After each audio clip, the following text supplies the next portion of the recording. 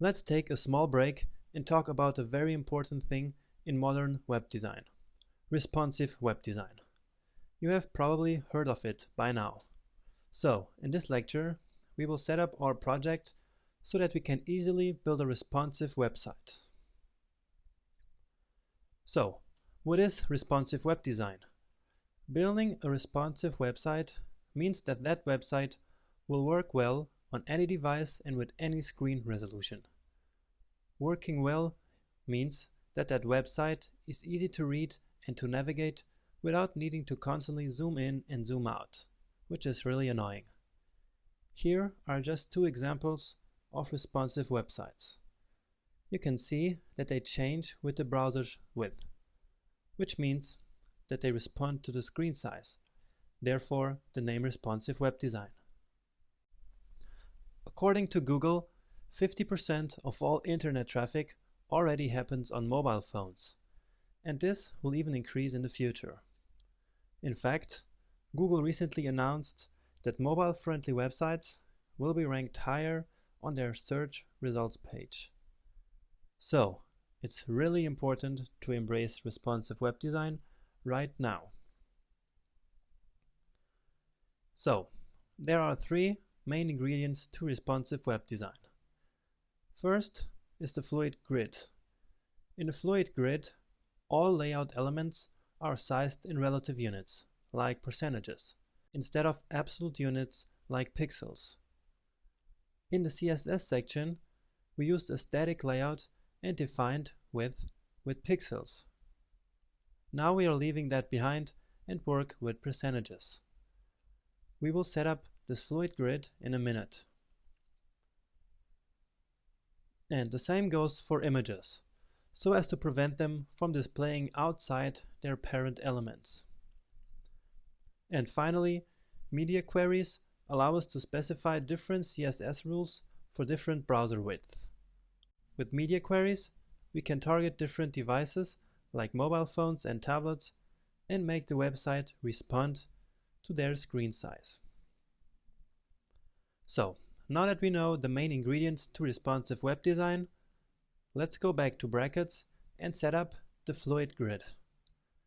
We will then build our website using that grid in the next lectures. We will take care of the media queries part later, after building our web page. While we build the web page, it's just important that we always use the grid. Now, the fluid grid we will use in this course is based on this little responsive grid system, which claims to be spectacularly easy responsive web design. So you can build any layout you can imagine with this fluid grid. I actually made some changes that makes things easier for us and compiled everything in one file. Please go download that file from the lecture description right now. We will come back to this website later so I can show you how that grid works. So I hope you downloaded the file by now. I actually already have it here on my desktop, so I will copy it. And then we put it in the vendors folder, because once again, it's a file that we got from the internet, and then in the CSS folder. And here we go. All right. So now, back to brackets, let's include that file. I'll do it here. Again, before the style CSS, which is our CSS file. And let me just tell you another trick, which is I can, since I don't want to write all of this again, and instead of copying, which is a little annoying, I can just do duplicate, which is Command D or probably Control D on Windows. So right here, just Command D, and here we go. Because all I want to change now is this file. So I want the grid file. Right. So now the grid file is included in our project. Now let me show you how that grid works. So on this website is a little example. So all our content will be inside columns, as you can see here. And each of these group of columns is a row. So in each row we can have 2 or 3 or 4 or 5, all the way to 12 columns, which all have the same width. And now as for the responsive part, if we resize the browser window, all of them shrink. And that means that they are defined with a relative width, because their width is always relative to the browser window. So they get smaller and smaller as I decrease the browser window. And that's what responsive web design is all about.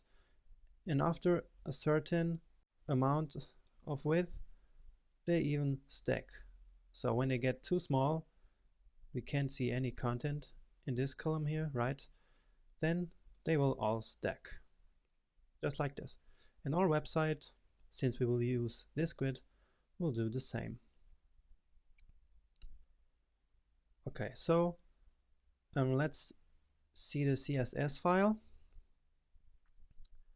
that we just included, and it's down here. Let me just open it, and if I click it twice, double click, then it appears up here in the working files.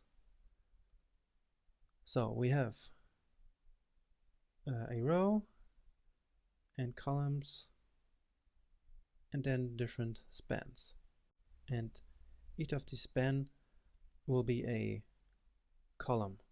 For example, this span 1 of 2 is just these columns. But don't worry, we will use that in the next lecture, and then you will understand everything, just how this works. Alright, let's get back to our HTML file. And as I said, the content will be in rows. So let's just define the row. I will simply call it row.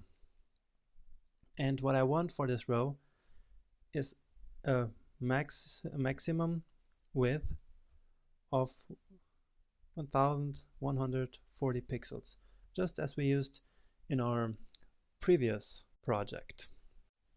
So this is the only value that will have an absolute value in pixels. We will define all other layout margins and paddings in percentages and not in pixels. And now I also want to center this row on the web page, so all our rows will be centered. So do you remember how we did that? We'll just say margin, and then to center a container inside another container, as you remember, we set the left margin to auto and the right margin to auto. And you probably also remember that we can use a shorthand to set margins, just like this: top and right and bottom and left. Alright? But there's an even simpler way of doing this. So let me show you that as well, which is we can say 0 and auto, and then top and bottom will be 0, and left and right will be auto. So let me delete this, and now this row will be centered. We can just try this out. So I'll say div and class will be row.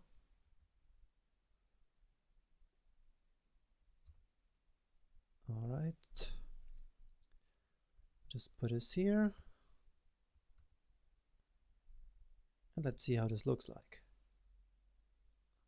Okay, you see it's perfectly centered. So now we have everything in place, so we can start building the first section of our web page, which will be the header. So don't wait and join me in the next lecture.